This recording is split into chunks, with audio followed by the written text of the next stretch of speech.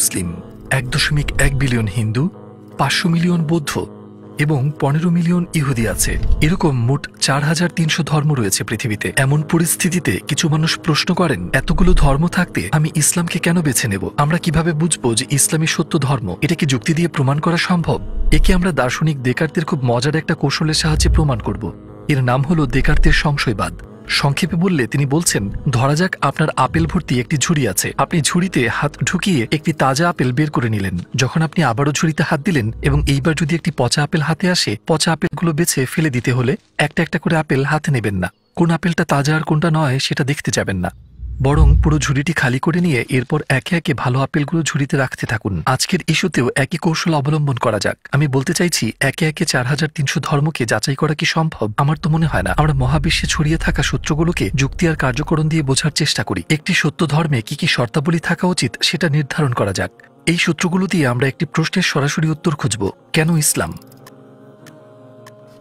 এখন একটা বিল্ডিং তৈরি করার সময় আপনি প্রথমে ফাউন্ডেশন তৈরি করবেন, তাই না? কয়েকটি ধাপ পার করতে হবে। এই ইস্যুতে ফাউন্ডেশন থেকে শুরু করে আমরা একে একে বিষয়গুলো বাদ দিতে থাকব। সেক্ষেত্রে আমাদের ফিল্টারগুলো হবে, সৃষ্টিকর্তা কি আছেন? ধর্মের কি প্রয়োজনীয়তা আছে? যদি ধর্মের প্রয়োজনীয়তা থাকে তাহলে কি পবিত্র গ্রন্থ বা নবীর প্রয়োজন কি আছে? প্রথমে এই বিল্ডিং এর ফাউন্ডেশন নিয়ে ভাবা যাক। সেটা হলো সৃষ্টিকর্তার অস্তিত্ব আছে কিনা। আপনি হয়তো একে প্রমাণ করার বিভিন্ন উপায়ের কথা ভাবছেন, কিন্তু আজ আমাদের দৃশ্যমান মহাবিশ্ব থেকেই এই প্রশ্নের উত্তর খুঁজে নেওয়া যাক।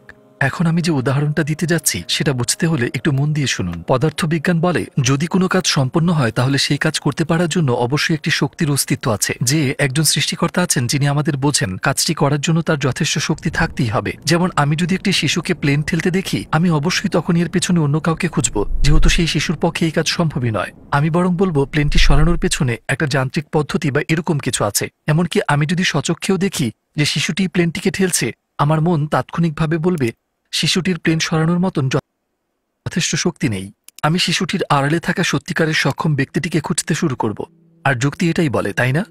এই উদাহরণের মতোই যখন আমরা মহাবিশ্বে তাকাই, যেমন আমরা দেখি যে গাভী দুধ উৎপাদন করছে, গাভী তার দুধে থাকা এমিনো অ্যাসিডের কথা জানে না। যে মানুষেরা দুধ পান করে তাদের শরীরে এর প্রয়োজনের কথাও সে জানে না, কিন্তু সে ঠিক প্রয়োজন মাফিক দুধই যোগান দেয়। তার উপর সে এমন কিছু খেয়ে এর যোগান দেয় যার সাথে এর কোনো সম্পর্ক নেই, ঘাস। আমরা যদি অন্যভাবে দেখি, উৎকৃষ্ট মানের মধু তৈরির পেছনে আমরা বিষধর মৌমাছিকে সব পরিশ্রম করতে দেখি। মধু তৈরির সময় এতে থাকা উপাদানের কথা মৌমাছি জানতে পারে না। আবার মৌমাছির শরীর, এর কোষ কিন্তু যারা এই মধু খাবে তাদের প্রয়োজনের কথা জানে না, কিন্তু তার তৈরি মধু মানুষের রোগ মুক্তিতে ভীষণ কার্যকরী। আমরা এবার ঘাড় ঘুরিয়ে অন্যদিকে তাকাই। আমরা দেখি শুকনো বিস্বাদ রংহীন মাটি থেকে গাছপালা রসালো, মিষ্টি আর রং বেরঙের ফল উৎপন্ন করছে। গাছের বীজ কিন্তু জানে না আমরা কেমন স্বাদ পেতে যাচ্ছি, কেমন ঘ্রাণ আমার নাকে ভালো লাগবে তাও গাছ জানে না। গাছ জানে না আমার চোখ কি দেখতে পছন্দ করে, গাছ আমার শরীরের প্রয়োজন জানে না। বীজ অবস্থায় এটা ছিল সাধারণ, স্বাদহীন, গন্ধহীন। এর থেকেই শত শত এমন ফল পাওয়া গেছে যার স্বাদ আমার জিহ্বার সাথে খাপ খায়, এমন একটা ঘ্রাণ যা আমার নাকের সাথে খাপ খায়, এমন সৌন্দর্য যা আমার চোখ জোড়ায়, আবার আমার শরীরের জন্য উপকারী। ঠিক এই মুহূর্তে আমার মস্তিষ্ক সাথে সাথে আমাকে বলে যে যাদের দেখে মনে হচ্ছে তারা এইসব কিছু ঘটিয়ে চলেছে, এই কাজগুলো করার মতো দক্ষতা তাদের নেই। মানে এটা খুব মজার, এমন কাউকে এমন কিছু দিচ্ছে যা তার কাছে নেই, কিন্তু সাধারণভাবে এটা অসম্ভব। এটাকে একটা উদাহরণের সাহায্যে ভাবা যাক। ধরা যাক আমার হাতে ধরা কাপড়টা একটা পর্দা, আর আমাকে দেখা যাচ্ছে না। এই পর্দাটি একটা কলম হাতে নিয়ে কবিতা লিখলো, ছবি আঁকলো। সবাই বলবে যে দৃশ্যত এই কাপড়টা এই কলমটাকে পরিচালনা করছে, কিন্তু স্বাভাবিক যুক্তি অনুযায়ী আপনি অবশ্যই ভাববেন যে কাপড়টার পেছনে কোনো শক্তি আছে। ঠিক এই উদাহরণের মতো যে সমস্ত ঘটনা নিয়ে আমরা কথা বললাম, পরিষ্কারভাবে এর পেছনে একজন সৃষ্টিকর্তা আছেন যিনি এসব নিয়ন্ত্রণ করছেন।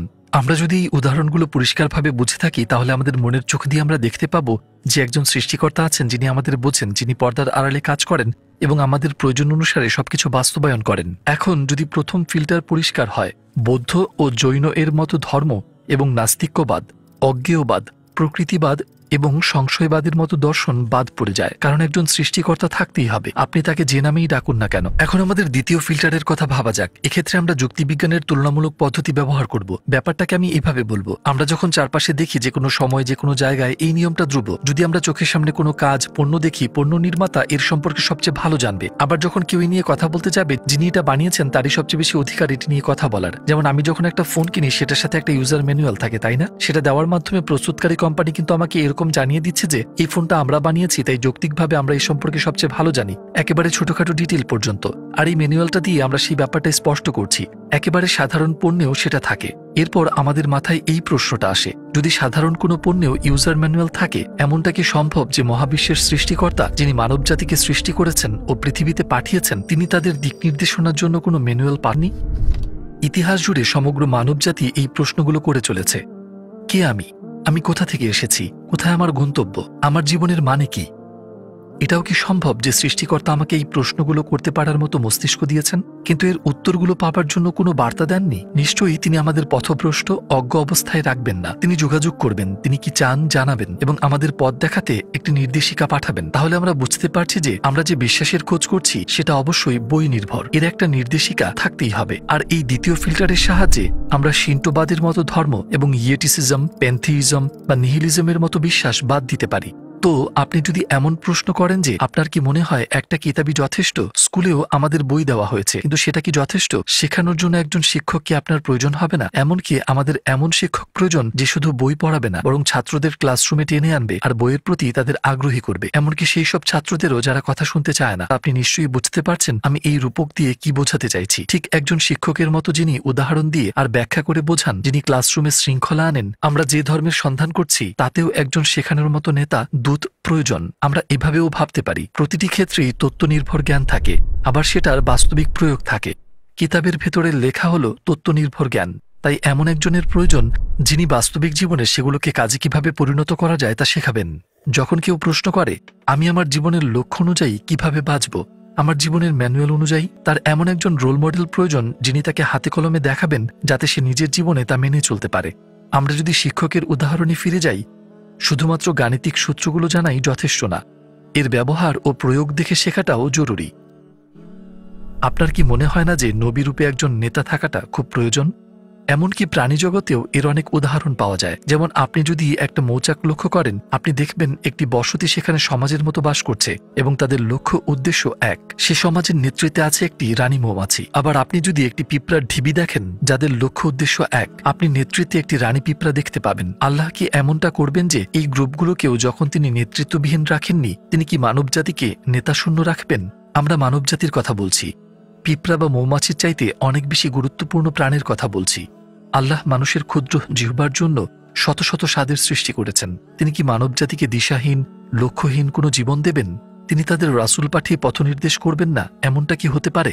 আমরা যদি এই উদাহরণটাও পুরোপুরি বুঝে থাকি, এই তৃতীয় ফিল্টারের সাহায্যে আমরা হিন্দুইজম, কেওডাইজম, দ্রুজের মতো বিশ্বাসগুলোকে বাদ দিতে পারি, যারা কোনো রাসূলে বিশ্বাস করে না। আমি এটাও একটু বলে দিতে চাই, আমরা যে ধর্মটাকে খুঁজে চলেছি তাতে নবীর মাজেজার উল্লেখ থাকতে হবে। আমরা শুরুতেই বলেছি যে পৃথিবীতে 4300টির মতো ধর্ম রয়েছে। যখন আমরা এই তিনটা ফিল্টার ব্যবহার করে সমস্ত ধর্ম এবং দর্শনের মূলে পৌঁছানোর চেষ্টা করি, আমাদের হাতে শুধুমাত্র 3টি ধর্ম থাকে, খ্রিস্টিয়ানিটি, জুডাইজম এবং ইসলাম। তাদের প্রত্যেকেরই সৃষ্টিকর্তা, কিতাব এবং নবীর ধারণা রয়েছে। এখন এই ব্যাপারটা লক্ষ্য করুন, এই 3টি ধর্মের সবগুলো ফিল্টার পার করে আসা থেকে বোঝা যায় যে তাদের ভিত্তি সত্যের উপরে প্রতিষ্ঠিত। আমরা যদি জুডাইজমের দিকে তাকাই, সেখানে মূল চরিত্র হিসেবে মুসা আলাইহিসসালামকে দেখতে পাই, এবং খ্রিস্টিয়ানিটিতে মূল চরিত্র হল যিশু, তার উপর শান্তি বর্ষিত হোক। যদিও এই দুই মহান নবীর শিক্ষাগুলো এই দুটো ধর্মেই বিকৃত করা হয়েছে। প্রাথমিকভাবে তারা সত্যকেই সামনে এনেছিল। দুটো ধর্মের একটা অদ্ভুত মিল হলো তারা কেউই রাসূল মুহাম্মদ সাল্লাল্লাহু আলাইহি ওয়াসাল্লামকে সত্য নবী বলে স্বীকার করে না। কিন্তু ইসলাম বলে যে রাসূল মুহাম্মদ সাল্লাল্লাহু আলাইহি ওয়াসাল্লাম আল্লাহ প্রেরিত সর্বশেষ নবী, আর মুসা এবং যিশু তারাও আল্লাহর নবী ছিলেন। এই সত্যের উপর ভিত্তি করে আমরা বলতে পারি যে যদি প্রমাণ করা যায় রাসূল মুহাম্মদ সাল্লাল্লাহু আলাইহি ওয়াসাল্লাম সত্যিকারের নবী, তাহলে ইসলাম একমাত্র সত্য ধর্ম হিসাবে প্রমাণিত হবে এবং মুসা আলাইহিস সালাম এবং ঈসা আলাইহিস সালাম আল্লাহর একই বার্তা প্রচারে পৃথিবীতে এসেছিলেন। হ্যাঁ, এটাই সেই পয়েন্ট যখন এ কথার নানা রকম প্রমাণ আমাদের মাথায় আসে। এর সবচেয়ে বড় প্রমাণ হলো রাসূল সাল্লাল্লাহু আলাইহি ওয়াসাল্লামের জীবন। ভেবে দেখুন, তিনি নবুয়তের আগে 40 বছর তার সম্প্রদায়ের সাথে কাটিয়েছেন। তার নবুয়তের 23 বছর ধরে ঠিক সেই মানুষগুলোর একেবারে চোখের সামনে তিনি ছিলেন। তার প্রত্যেকটা পদক্ষেপে সবার নজর থাকত। আমরা এখন দেখব সেই মানুষটি, আল্লাহ মাফ করুন, মিথ্যা বলতেন কিনা।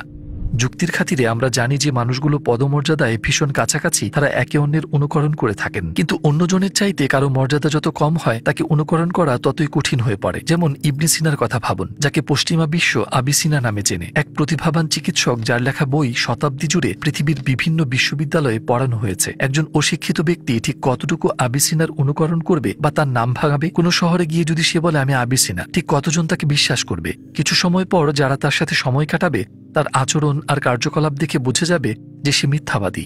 একজন গরিব জোচ্চোর সুলতানের অনুকরণ করতে পারে না। খুব অল্প সময়ে তার চলন বলনে এটা স্পষ্ট বোঝা যাবে যে সে একজন জোচ্চোর। ধরা যাক সে অনুকরণে সফল হলো, কিন্তু কতদিন ধরে সে মানুষকে ধোঁকা দিতে পারবে? কিছু সময় পর কোনো না কোনো ভাবে তার মিথ্যা ধরা পড়ে যাবে। আমরা কি এই যৌক্তিক তুলনা রাসূল মুহাম্মদ সাল্লাল্লাহু আলাইহি ওয়াসাল্লামের ক্ষেত্রে প্রয়োগ করতে পারি? তার প্রচারিত ধর্ম তার সম্পর্কে আমাদের জানায় তিনি এমন একজন ব্যক্তি যাকে আল্লাহ অসংখ্য মানুষের মধ্য থেকে নবী মনোনীত করেছেন। তিনি আল্লাহ সুবহানাল্লাহু তাআলার পক্ষ থেকে সমগ্র মানবজাতির জন্য প্রেরিত নবী। তিনি সর্বশ্রেষ্ঠ এবং মানবজাতির মধ্যে তার আখলাক সর্বোত্তম। এখন এখানে দুটো সম্ভাবনা রয়েছে, হয় এর পুরোটাই সত্যি, না হয় আল্লাহ মাফ করুন তিনি মিথ্যাবাদী। কিন্তু এটাও মনে রাখতে হবে যে ব্যক্তি তাকে মিথ্যাবাদী বলবে তাকে কোনো সাধারণ মিথ্যাবাদী হিসেবে দেখবে না, তাকে আপনার ইতিহাসের সবচেয়ে বড় মিথ্যাবাদী বলে ভাবতে হবে, কারণ তিনি এতখানি উচ্চ মর্যাদায় থাকা নিয়ে মিথ্যা বলেছেন। আপনার তাকে এমন একজন ভাবতে হবে যে সৃষ্টিকর্তা মানে না, তিনি শাস্তি দিতে পারেন সেই ভয় তার নেই এবং আল্লাহর নামে তিনি মিথ্যা বলেন। ধরে তিনি মিথ্যা বলেছেন, সেটা কি তিনি 23 বছর ধরে রাখতে পারবেন? অনেকেই মনে করেন রাসূল সাল্লাল্লাহু আলাইহি ওয়াসাল্লাম খুব অল্প মানুষের সাথেই মিশতেন, কিন্তু একথা একেবারেই সত্যি নয়। তার নবুয়তের সময় তার আশেপাশের হাজারো মানুষ তার সবগুলো দিক নিজের চোখে দেখেছে। আমরা জানি তিনি কোন হাত দিয়ে খাবার খেতেন, কোথাও প্রবেশের সময় কোন পা আগে রাখতেন, এমনকি তার নখ কিভাবে কাটতেন। মানে তারা তাকে এমনভাবে পরীক্ষা করেছে যে ইতিহাসে এমনভাবে আর কাউকে এত গভীরভাবে পরীক্ষা করা হয়নি। আপনার কি মনে হয় তারা যদি কোনো অসঙ্গতি দেখতে পেত, কোনো খুঁত দেখতে পেত, তারা তার পাশে দাঁড়াতো বা এত কষ্ট সহ্য করত? একদমই না। পাশাপাশি যারা তাকে খেয়াল করেছে তারা সবাই বিশ্বাসী ছিলেন না। যারা তার নবুয়ত অস্বীকার করেছে তারাও তাকে লক্ষ্য করেছে। তিনি নবী হওয়ার আগেও তাদের সাথে ছিলেন, শুধু তার পরেই না, তাদের মাঝে তার জন্ম বেড়ে ওঠা। তিনি বাইরে থেকে আসেননি, তার সম্পর্কে সবকিছুই তাদের জানা। তারা তাকে এতটাই বিশ্বাস করত যে তার নবুয়তের আগে তারা তাকে আলামিন নামে ডাকত, যার অর্থ বিশ্বাসী। সবাই এক বাক্যে জানত তিনি মিথ্যা বলেন না এবং জানত তিনি কতটা সৎ। নবুয়তের পর যারা তার শত্রু হয়ে যায় তারাও নিজেদের সম্পদ তার কাছে নিরাপদ ভাবত। নবুয়তের আগে বা পরে তার কোনো খুঁত খুঁজে পায়নি। তারা শুধু একভাবেই তার দোষ খুঁজে পায়, সেটা হলো তাকে জাদুকর, বাজিকর এইসব নামে অপবাদ দেওয়া, আর কিছু না। যে ব্যক্তি মিথ্যা বলছে অবশ্যই তার এ থেকে কোনো দুনিয়াবি লাভ পাওয়া উচিত, কিন্তু তার জীবন কর্ম থেকে তিনি কোনো লাভ পাননি, বরং এমন অনেক কিছু ছিল যা তার জীবনকে কঠিন করে দিয়েছিল। তিনি টানা রোজা রেখেছেন, দারিদ্র্যের আঘাতে তিনি সিহরি এবং ইফতার ছাড়াই রোজা রেখেছেন।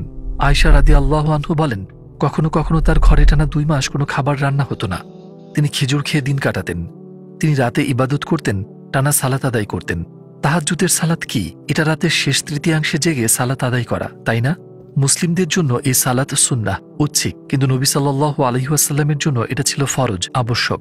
কেন তিনি রাতের আধারে নিজেকে এত কষ্ট দেবেন যখন তাকে কেউ দেখছে না? মিথ্যা বলার জন্য? তিনি 23 বছর ধরে নিজের প্রচার করা ধর্ম যে কারো চেয়ে ভালোভাবে পালন করেছেন, সবার চেয়ে বেশি ইবাদত করেছেন, গুনাহ থেকে দূরে থাকতে সবচেয়ে বেশি সতর্ক ছিলেন। বিশ্বের সেরা মিথ্যাবাদীর চরিত্র কি একটু এমন হতে পারে? এসব কিছু করে তার লাভটা কি? তিনি কি এসব প্রতিপত্তি, অর্থ সম্পদ বা নারীর লোভে করছেন? প্রতিপক্ষ এই সব কিছুই দিতে চেয়েছিল, কিন্তু তিনি সবসময় একই উত্তর দিয়ে গেছেন, আমাকে যদি ডান হাতে সূর্য আর বাম হাতে চাঁদও এনে দেওয়া হয় তবু আমি দিনের পথ ছাড়ব না। তো তিনি বলেন, দুনিয়াবি লাভের জন্য আমার সংগ্রাম নয়, যদি আমাকে শুধু এই জিনিসগুলোই না বরং পুরো পৃথিবী, চাঁদ আর সূর্যও দেওয়া হয় আমি তবুও পিছু হটব না। তিনি সারা জীবন মৃত্যু হুমকি পেয়েছেন।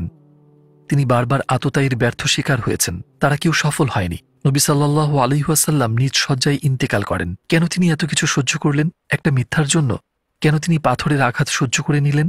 এত সব অপমান আর অভিশাপ, সবকিছু তার নবুয়তের প্রমাণ হিসেবে অনেক কিছুই বলা যেতে পারে, কিন্তু সবচেয়ে বড় প্রমাণ তার জীবন। তিনি যেভাবে নিজেকে গড়ে তুলেছেন তার নবুয়তের প্রমাণ হিসেবে এটুকুই যথেষ্ট। যেমনটা আমরা শুরুতে বলেছি, হয় তিনি সত্য বলছিলেন, না হয় আল্লাহ মাফ করুন তিনি মিথ্যাবাদী। আমাদের যদি প্রশ্ন করা হয় এমন একজন মানুষ মিথ্যা বলছেন না তাকে মিথ্যাবাদী বলা লোকটি সত্যিকারের মিথ্যাবাদী, আপনার কি মনে হয় এই প্রশ্নের উত্তর দেওয়ার কোনো প্রয়োজন আছে? এই বিষয়গুলো বিশ্লেষণ করে দেখলে আমরা জীবনভর খুঁজে যাওয়া সেই সত্যকে খুঁজে পাই। সেটা হলো আল্লাহ তাআলা হলেন সেই সৃষ্টিকর্তা যাকে আমরা খুঁজছি। যেই কিতাব আমরা খুঁজছি সেটা আল কুরআন। যে নবীকে আমরা খুঁজছি তিনি হলেন রাসূল মুহাম্মদ সাল্লাল্লাহু আলাইহি ওয়াসাল্লাম। মনে আছে? তাই তো বলছি।